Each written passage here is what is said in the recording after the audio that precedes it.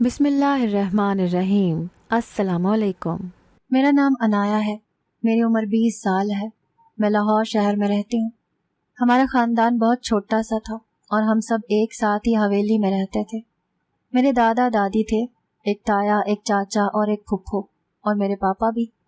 پھپھو کی ابھی شادی نہیں ہوئی تھی، جبکہ تایا چاچا شادی شدہ تھے۔